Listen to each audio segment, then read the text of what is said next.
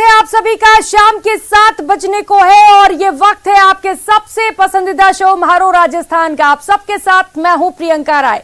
सबसे पहले एक नजर डाल लेते हैं कि 7 बजे की कौन कौन सी 7 बड़ी और अहम खबरें हैं। खबर नंबर 1 आपको दिखाएंगे, अन्नदाताओं ने आखिर किस बात को लेकर अल्टीमेटम दिया है। खबर नंबर 2 होगी बीआरटीएस कॉरिडोर पर मचे बवाल की। खबर नंबर 3 दिखाएंगे गिरफ्त में आए गुर्गों की। और खबर नंबर 4 होगी कब सुधरेगी अस्पतालों की सेहत, ये बड़ा सवाल है। और खबर नंबर 5 होगी श्रीनाथ की धरा पर शिवधाम। खबर नंबर 6 होगी जिंदगी पर शनिवार की। और इसके साथ ही नजर रहेगी खबर पर्यटकों की बाहर पर। और बुलेटिन की शुरुआत बड़ी और अच्छी खबर से करेंगे। पिंक सिटी के लोगों को आज एक बड़ी सौगात मिली है। जयपुर में मेट्रो के विस्तार के लिए मुख्यमंत्री अशोक गहलोत ने 204 करोड़ 81 लाख रुपए के प्रस्ताव को मंजूरी दे दी है। मुख्यमंत्री के इस फैसले से अब जयपुर मेट्रो बड़ी चौपड़ से दिल्ली आगरा हाईवे पर ट्रांसपोर्ट नगर तक फेज सी के रूप में पहुंचेगी। इसी के साथ ही मानसरोवर से अजमेर रोड चौराहा को फेज डी के तौर पर भी तैयार किया जाएगा। अभी जयपुर के मानसरोवर से बड़ी चौपट तक ही मेट्रो चलती है। मुख्यमंत्री अशोक गहलोत ने 2022-23 के बजट में जयपुर मेट्रो के विस्तार की घोषणा की थी। तो घोषणा की गई थी और अब किए गए वादे को पूरा कर दिया गया है। मुख्यमंत्री अशोक गहलोत ने ऐलान कर दिया है और 204 करोड़ 81 लाख रुपए के बजट की स्वीकृति दे दी गई है। तो बड़ी खबर इस वक्त की आपको बता रहे हैं, जयपुर वासियों को मुख्यमंत्री अशोक गहलोत ने बड़ी सौगात दी है। रोशन सहयोगी हमारे साथ जुड़ चुके हैं। रोशन, वादे पूरे कर दिए गए हैं मुख्यमंत्री अशोक गहलोत की ओर से और बड़ी सौगात जयपुर वासियों के लिए।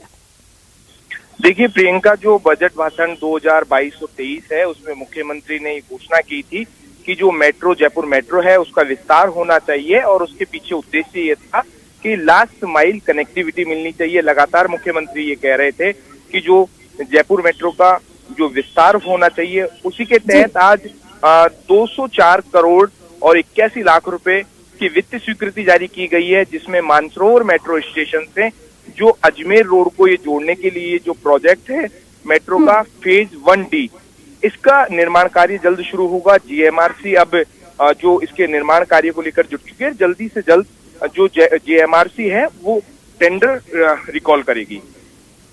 रोशन, खबर यह भी है कि चौराहा को फेज डी के रूप में भी तैयार किया जाएगा। इसे लेकर क्या कुछ तैयारी मुख्यमंत्री की ओर से? देखिए, मेट्रो का जो फेज 1 है उसके 2 चरणों के ऊपर काम होना था। पहला है फेज 1D, जिसकी वित्तीय स्वीकृति मिल गई है। जो मानसरोवर से जो अजमेर रोड को जोड़ने वाला ये जो पॉइंट है, करीब 1.35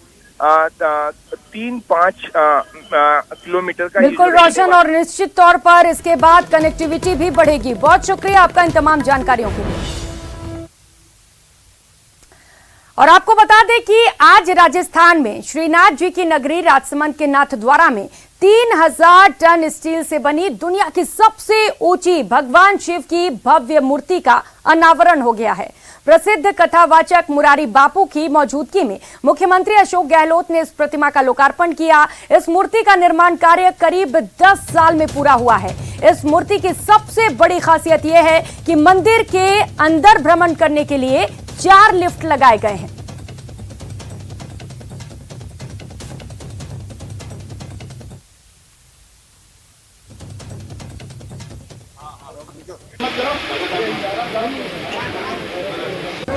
विश्वास स्वरूपम मूर्ति के अनावरण का लोकार्पण का दर्शन भी कीजिए। स्वागत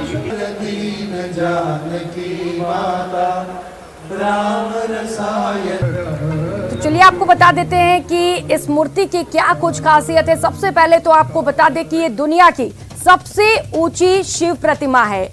369 फीट की ये शिव प्रतिमा का आज मुख्यमंत्री अशोक गहलोत ने लोकार्पण कर दिया है। और आपको बता दें कि 9 दिनों तक मुरारी बापू राम कथा सुनाने वाले हैं। तो 3000 टन मटेरियल से इसे बनाया गया है और ये शिव प्रतिमा दुनिया की सबसे बड़ी शिव प्रतिमा है। आज मुख्यमंत्री अशोक गहलोत ने इसका लोकार्पण किया है। तो करीब 10 साल से इसे बनाया जा रहा था और आज वो दिन आया है जब मुख्यमंत्री अशोक गहलोत ने लोकार्पण कर इसे सभी को समर्पित कर दिया है।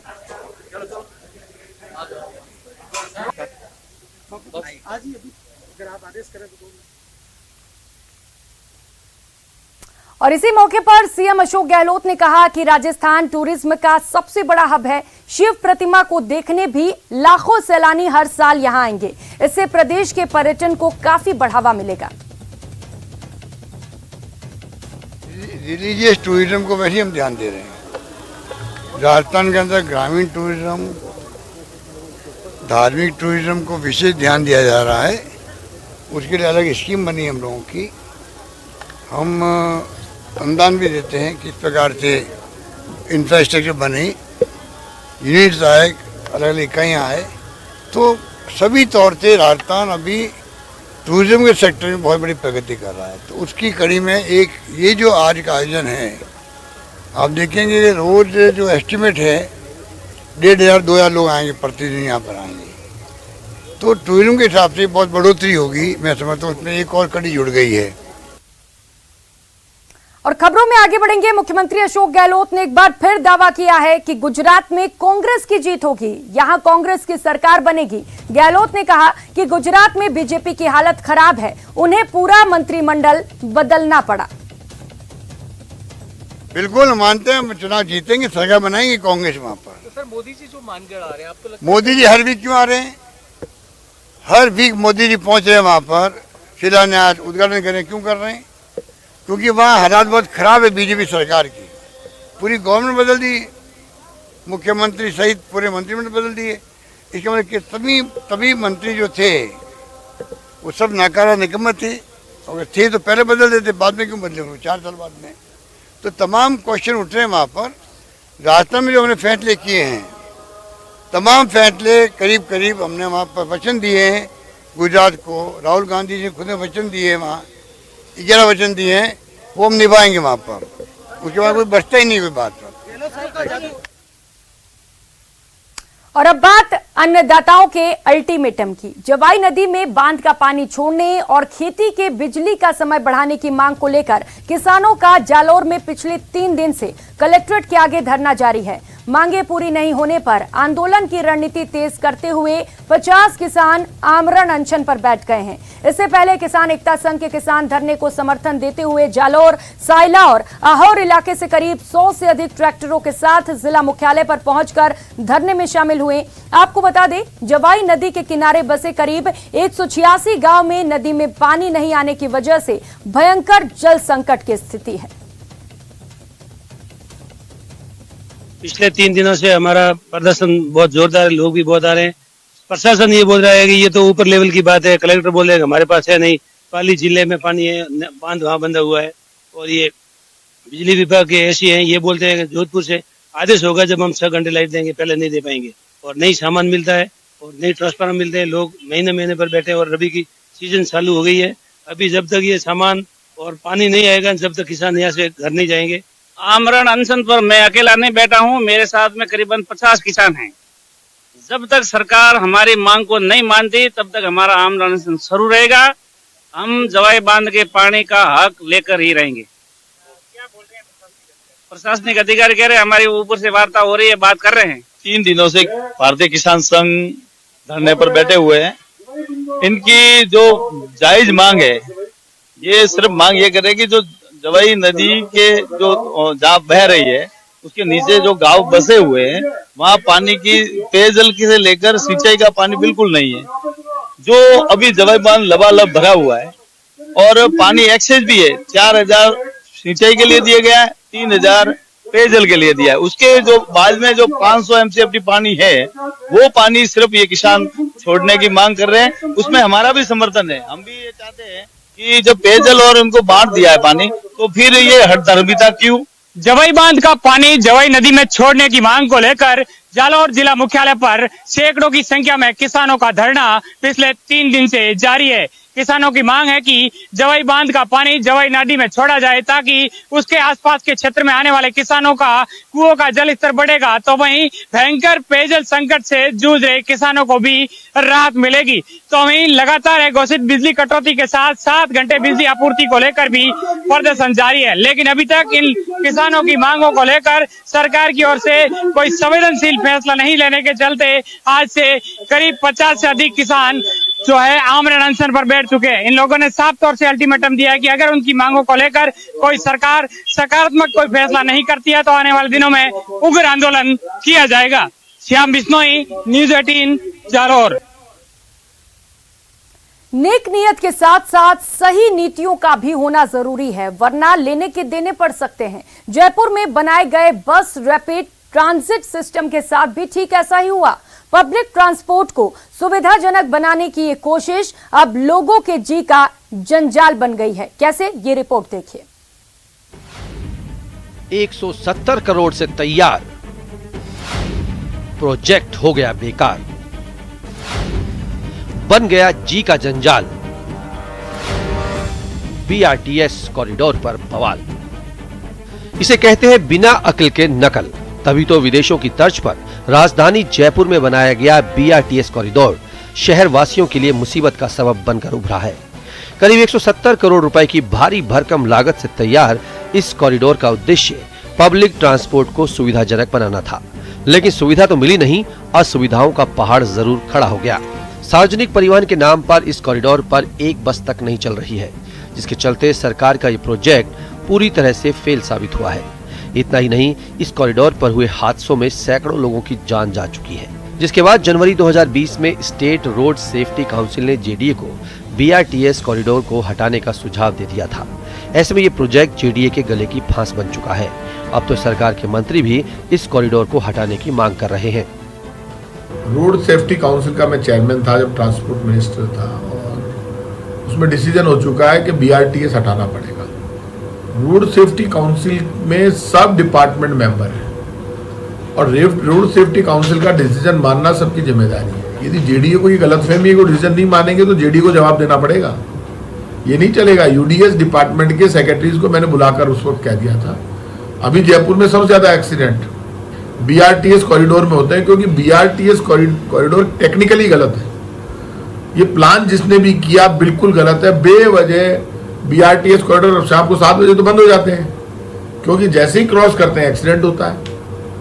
तो ये अभी जयपुर की जो रोड्स जिनकी चौड़ाई ज्यादा थी वो कम हो गई। तो मैं जयपुर में खुद जनप्रतिनिधि हूं, मैं ज्यादा समझता हूं। अब उसको जेडीए घुमाए, कभी कहता हम इसको ग्रीन कॉरिडोर कर देंगे, बोलता आप हैं कौन? ये तो जयपुर के जनप्रतिनिधि सरकार तय करेगी ना, राजस्थान की। खुद चीफ मिनिस्टर भी रोड एक्सीडेंट को लेकर बहुत ज्यादा चिंतित है, मुख्यमंत्री से बात करेंगे। मुख्यमंत्री खुद सड़क दुर्घटनाओं को रोकना चाहते हैं, वो खुद चेयरमैन है रोड सेफ्टी काउंसिल के। तो इसलिए ये तो तय है, बीआरटीएस बेवजह प्रेस्टीज इशू बनाकर यदि यूडीएस डिपार्टमेंट रोकता है तो टोटली गलत है। और BRTS road safety council decision ले चुकी है, इसलिए बीआरटीएस हटाना पड़ेगा।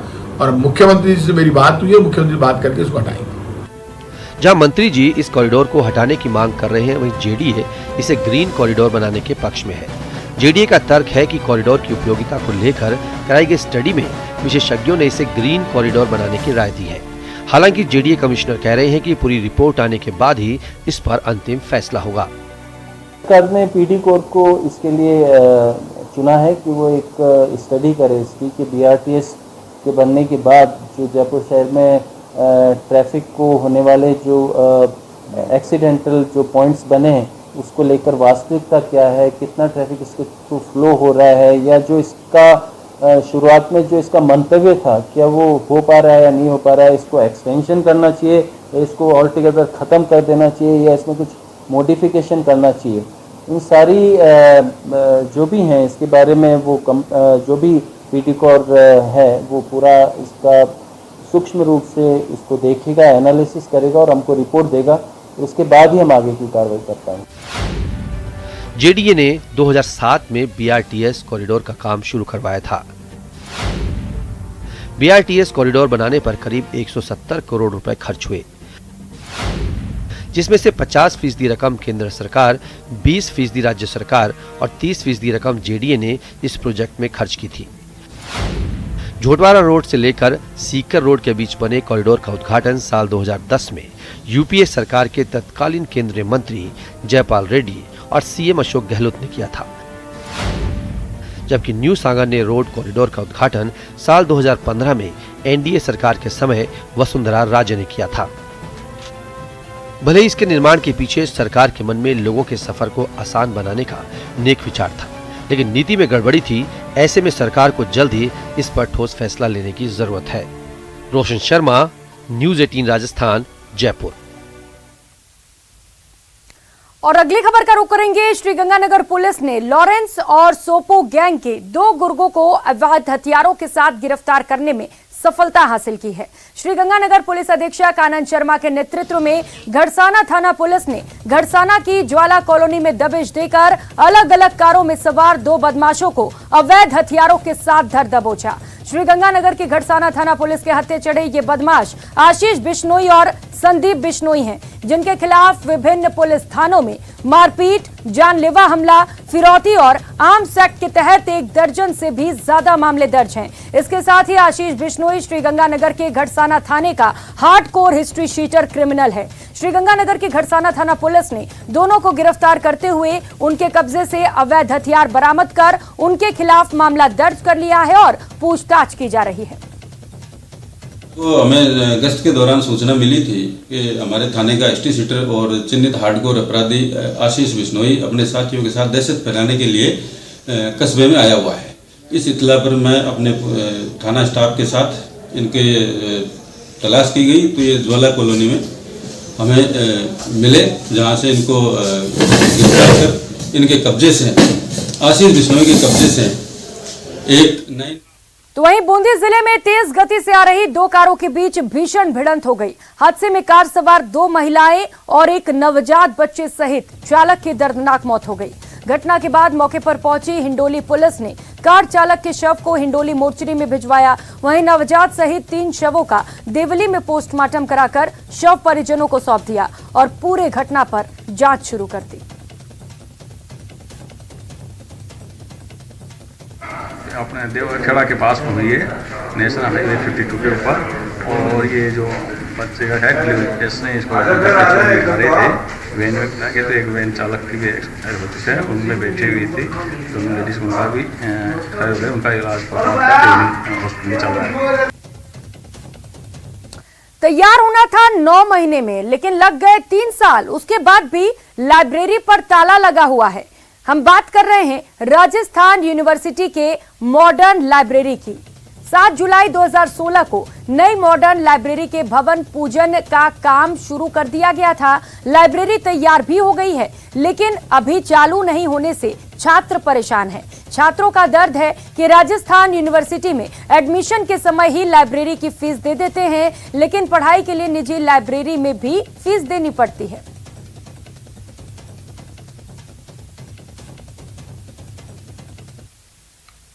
राजस्थान की सबसे बड़ी यूनिवर्सिटी यानी राजस्थान यूनिवर्सिटी जयपुर शहर के अंदर स्थित है। यहाँ पर करोड़ों रुपए की लागत से जो पैसा वसूला जाता है फीस के नाम पर बच्चों से, और सरकार की सहायता की मदद से यहाँ पर एक सेंट्रल लाइब्रेरी पिछले 3 सालों से लगातार बन करके तैयार है। मगर इसका उद्घाटन कब होगा, इसका सभी को बेसब्री से इंतजार है। Doctor BR Ambedkar central library के नाम से इस लाइब्रेरी को यहाँ पर बनाया गया। एक बड़ा भव्य भवन आपको जो तस्वीरों में नजर आ रहा है, ये इसे तैयार किया गया है। इसमें रिनोवेशन सहित तमाम तरह के कामकाज जो हैं वो पूरे कर लिए गए हैं। इस लाइब्रेरी को लेकर के छात्र संघ चुनाव में सियासत भी हुई कि छात्र संघ चुनाव जीतते ही जो छात्र नेता हैं जिन्होंने की वादे किए थे, जो लोग मैदान में थे चुनावी मैदान में, उन्होंने कहा था कि चुनाव जीतते ही वो इस लाइब्रेरी को खुलवाएंगे ताकि छात्रों को बैठने की। और रुक करेंगे अगली खबर का। RLP चीफ और नागौर सांसद हनुमान बेनीवाल आने वाले विधानसभा चुनाव के लिए पूरी तरह तैयार हैं। न्यूज़ 18 से खास बातचीत में बताया कि वो आने वाले चुनाव में कांग्रेस और बीजेपी में से किसी के साथ भी गठबंधन नहीं करेंगे। लोकसभा का चुनाव जीता। जी हां, मेरे साथ इस समय नागौर के लोकसभा सांसद हनुमान बेनीवाल मौजूद है और आज उनकी पार्टी RLP को 4 साल पूरे होने जा रहे हैं।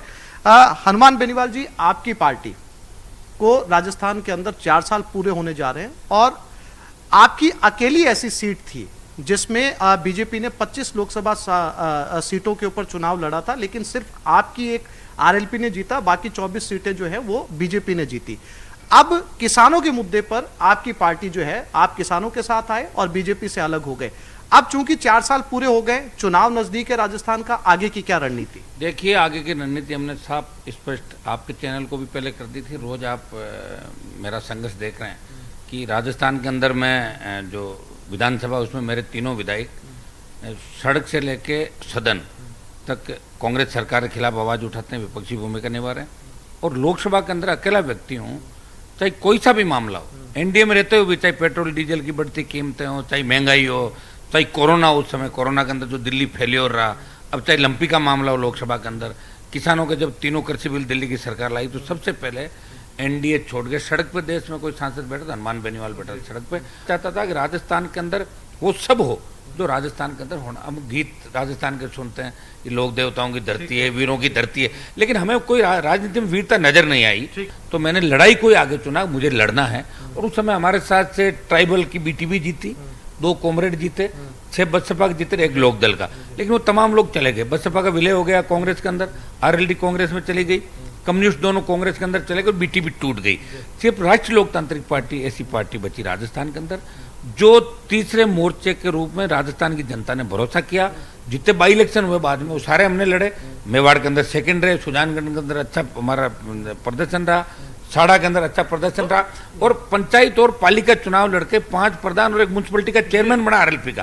कांग्रेस भाजपा मिलकर भी राष्ट्रीय लोकतांत्रिक पार्टी को तोड़ नहीं सके, इसलिए राजस्थान की जनता, जवान, किसान आरएलपी को तीसरे विकल्प के रूप में मान चुका है। ना ये बीजेपी के साथ गठबंधन में जाएंगे, लेकिन इन्होंने गठबंधन की संभावना से इनकार नहीं किया। इन्होंने कहा अगर कुछ ऐसे दल साथ आना चाहें जो आरएलपी जिनसे मजबूत होती हो, जो इन दोनों बड़े दलों के खिलाफ हो, तो ये जरूर जो है वो चुनाव लड़ेंगे। कैमरामैन चेची के साथ आसिफ खान, न्यूज 18 जयपुर। और फिलहाल यहाँ रुकेंगे एक छोटे से ब्रेक के लिए, लेकिन ब्रेक के उस पार भी खबरों का सिलसिला जारी है। आप देखते रहिए न्यूज 18 राजस्थान।